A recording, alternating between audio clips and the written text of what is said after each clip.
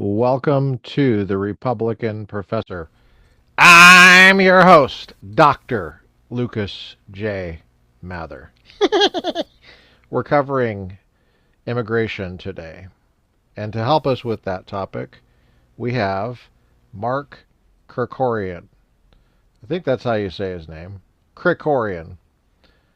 He's the executive director of the Center for Immigration Studies, and he joins us on the Republican Professor through his writing in the spring 2025 issue of Claremont Review of Books. I highly recommend that you get the Claremont Review of Books. Sign up for it and subscribe. It's a very attractive publication, especially the last issue was beautiful. But they're all great. And I have it in my hand right here. The little essay we're doing is Mi Casa es su casa. Okay, and it is available on ClaremontReviewBooks.com.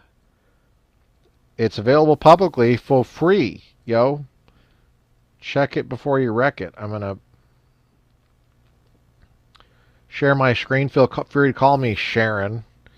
All you have to do is search Casa, ClaremontReviewBooks.com. We'd like to thank Claremont Review Books for making this material available, and we'd like to thank Mark Krikorian for writing it. Let's get started. Okay, this is available on their website for free. I mean, when you join, when you subscribe, you get a login, but you can see this little login button up here. I'm not logged in. This is publicly available, so this is really good. It's a review of the case for open borders by John Washington, and you can even buy the book. So they review books. They're really serious about it. As someone who has researched U.S. immigration policy for over 3 decades, I'm often asked why the Biden administration effectively opened America's borders, allowing in 9 or 10 million foreigners who had no legal right to enter. Was it done to import voters who would change the balance of power in red states, or perhaps to bulk up the population of blue states that have been hemorrhaging residents in preparation for the 2030 census, or to change the nation's ethnic composition, or maybe just for cheap labor? This is how Mark Krikorian starts his wonderful short essay, Mi Casa es su casa, which I think is French, for something about eating. It's some kind of food, I can tell. Let's continue. Yes, that was a joke. Which is why none of these possibilities was the real reason. Though some of those ends certainly have been served, says Mark. Keep going. Biden's illegal border surge happened because the people in charge of border policy didn't believe in the legitimacy of borders.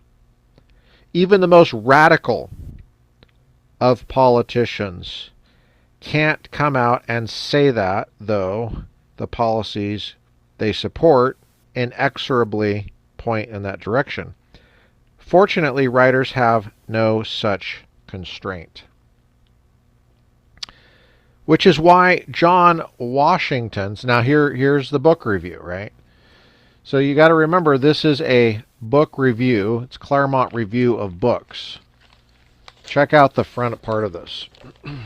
See this? It's on Billy Buckley, William F. coming in. And then you've got this nice ad. Wonderful ads. I don't really get bothered by the ads. Okay, we're going to continue. Go to Claremont Review Books, subscribe today. It's not too bad. Which is why John Washington's The Case for Open Borders is so useful.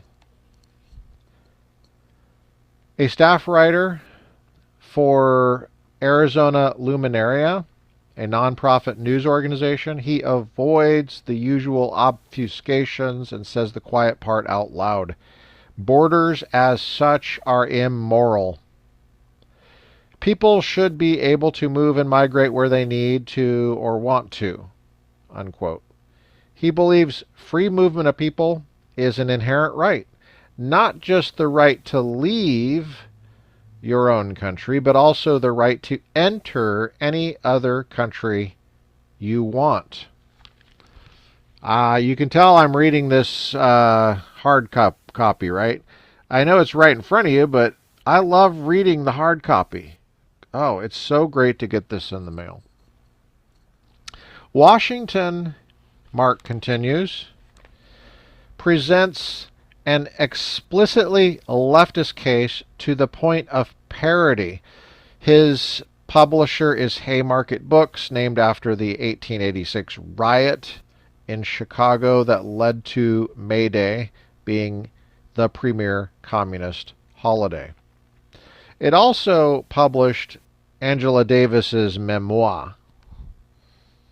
He stresses throughout that open borders are necessary for climate justice, racial justice, economic justice, proletarian solidarity, reparations, anti-colonialism, and so forth, though I don't recall anything about the trans issue.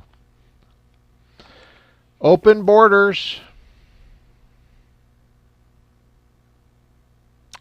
he writes, must be part of a more profound readjustment of global politics that includes the abolition of the inequality regime set in place by post-colonial capitalism. That was a quote. You get the picture. Washington is arguing for the immigration policy of John Lennon's Imagine. It's easy to laugh at such drivel. Not for me. Speak for yourself, Mark. We're going to do a fair use of this, make a transformative reading, and part of that means I make little wisecracks like that. It's easy to laugh at such drivel. Not for me. I'm not laughing, Mark. Especially after the rebuke it received last November, but that would be a mistake. Yes, good. The modern left is part of a powerful post-national anti-borders axis that is primarily driven not by the activists themselves, but by globalizing corporate interests, whose version of the case for open borders is made by the Cato Institute-style librarians. Oh, sorry, libertarians. I get those two confused. Washington and others on the left go to great lengths to deny they are the junior partners in the open borders axis. But he misunderstands immigration politics because he tries to force it into a class warfare, anti-capitalist, anti-colonial, racial grievance mold. In his chapter on the economic argument for open borders, for example, he writes that commodifying migrants, squeezing them for all their labor power, and compensating them as little as possible, bringing them halfway into the fold of the national economy only to exploit them and spit them back out, is one of the principal drivers for closed borders and restrictive immigration enforcement. In fact, tell us about it. In fact, I'm losing my place. Sorry. The commodification of immigrants that he describes, which is often a real thing, is driven by Washington's, that's the guy's name, John Washington, it's driven by this guy's fellow supporters of open borders. His protestations are an attempt at dealing with cognitive dissonance to reconcile the fact that he's a socialist who hates capital, and yet he's a cat's paw of capital. He's red washing, as it were, the corporate anti-borders agenda. He quotes another leftist author who writes that migrant workers provide liberal capital interests with cheapened labor without altering the racial social order through permanent immigration. Washington fails or refuses to understand that both mass illegal immigration and guest worker programs are not a strategy cooked up by, quote, liberal capital interests, unquote. Not a well-functioning system designed to squeeze and exploit, as he puts it, but rather the result of competing political forces. On the one hand, there are those like Washington, that is this guy, I'm not talking about the city, this guy, his name is Washington, this leftist, the open borders guy, John Washington. On the one hand, there's those like this guy Washington and his corporate and libertarian fellow travelers who seek open borders, and on the other, those here and elsewhere who don't want mass immigration. The result of this tension is that the public is appeased with laws that appear to limit immigration, while in actual practice, corporate interests get something approximating Washington's anti-borders immigration policy. Migrants and citizens often really are squeezed and exploited, but it's mass migration itself that is the cause. Illegality or guest worker status only matters at the margins. At the end of his chapter on economics, Washington seems to realize that he is, in the end, serving the interests of post-national capital interests. How much better is it really, he asks, if the corporate elite suddenly cozy up to the idea of open borders, but only do so in order to squeeze migrants all the harder? He mentions the Wall Street Journal's repeated editorial demands for a constitutional amendment stating, quote, there shall be open borders, unquote, and wonders, quote, were they writing from the goodness of their hearts and real feeling for migrants, or were they sharpening their corporate fillet knives, unquote? The truth is that the heart's motivations don't matter. Open borders exploit both American and immigrant workers, something a more clear-eyed leftist, Bernie Sanders, understood until he abandoned his principles to run for president. John Washington protests, quote, on what grounds does the United States require someone to earn their citizenship, unquote?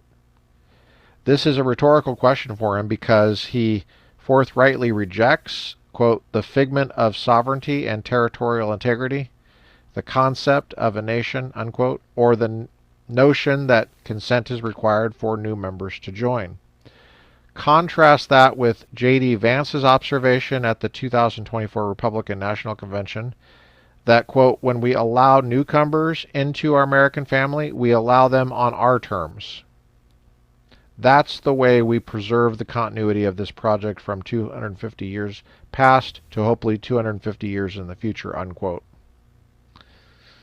The open borders agenda, whether dressed up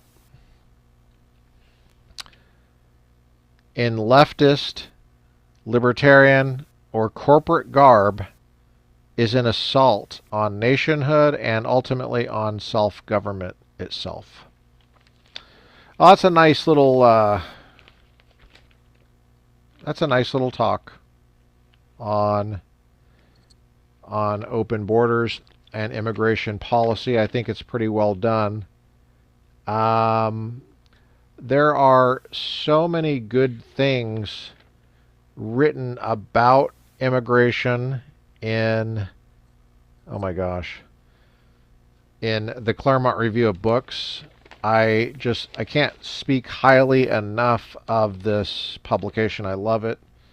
I know some of these guys, and I'm just highly anxious for you to get going on this as soon as you can, because it's just so wonderful. It's so wonderful. So don't delay. Just don't delay anymore, okay? Just get it going, okay? All right. Well, that was the that was the spring 2025 Claremont Review of Books. It's the one that's got Billy F. Buckley on the front. Pretty cool. And you know what? We're going to do more immigration. More. We can only do more. We got to keep going. You know what? There's a great... this is another one we got to do. We're not going to do it tonight. But I just found it. I was looking for it. I was trying to multitask. You can tell I'm a crappy multitasker, right? Yeah, I am. I suck at multitasking. There are some really good England essays in Claremont Review Books. Charles Kessler has one on Jeremy Clarkson's farm from the summer. I started watching that on Amazon. It's actually very good. Very good. It's very interesting look into England and some of the problems with overregulation. And I love seeing it on Amazon. I love that Amazon is going after, is aiding and abetting going after the overregulation in England. But there's this piece by Christopher Caldwell, and I know I keep going back to Christopher Caldwell, and you're probably sick of that. It's called Will There Always Be an England? That we have to do. That is a fantastic article, and it was shocking to me, some of the stuff he was talking about. It made me sick. It made me sick, and I'm not an English citizen, but it made me sick because we have heritage from the United States. Just read Russell Kirk's America's British Culture. I probably should do that on the podcast. We get so much stuff from England. Of course, my last name is British, you know. Anyway, thanks for joining me on the Republican Professor podcast. We'll get to Will There Always Be an England on our next. Trying to get Zoom to cooperate here, okay?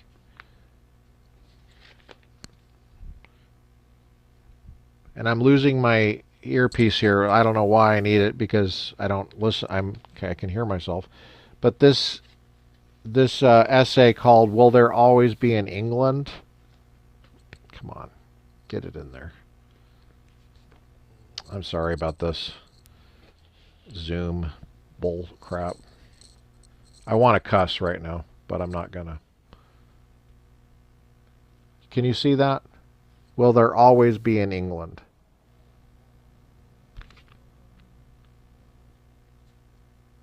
Jeez. Maybe I can pull it up on the... Maybe I can pull up the artwork. I'm going to search it really quick. England. Searching England on ClaremontReviewBooks.com. We'll see what comes up here.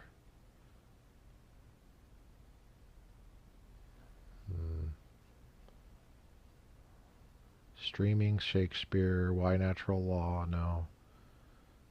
Will there always be in England? I'm going to search Caldwell really quick.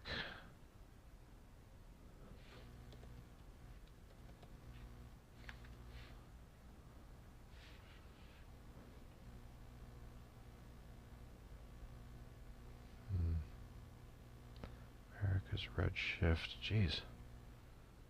I'm searching all the wrong terms.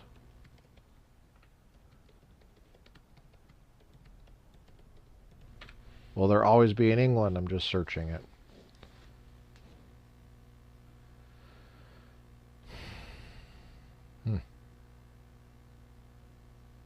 That's weird. Let me go to the latest issue here. Okay.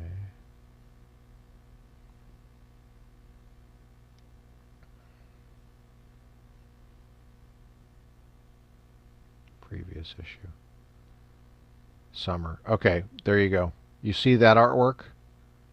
Will there always be in England? That's what we're going to cover next time. I don't know why Zoom doesn't let me show that. It's so weird.